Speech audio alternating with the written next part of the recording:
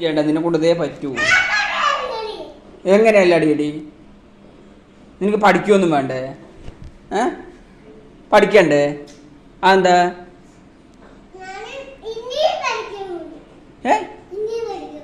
ഇനിയും പഠിക്കാൻ പോകണ്ടെന്ന്? എന്ത് എന്ത് നീ ഇതിന് ദേഷ്യപ്പെടുന്നു? നിന്റെ അടുത്ത് പഠിക്കാനല്ലേ പറഞ്ഞുള്ളൂ. നിനക്ക് ദേഷ്യം വരണ്ടടാ.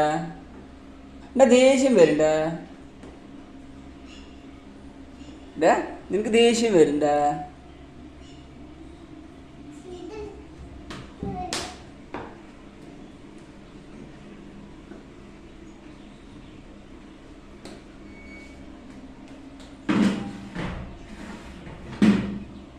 അതെന്തിനാണാവോ?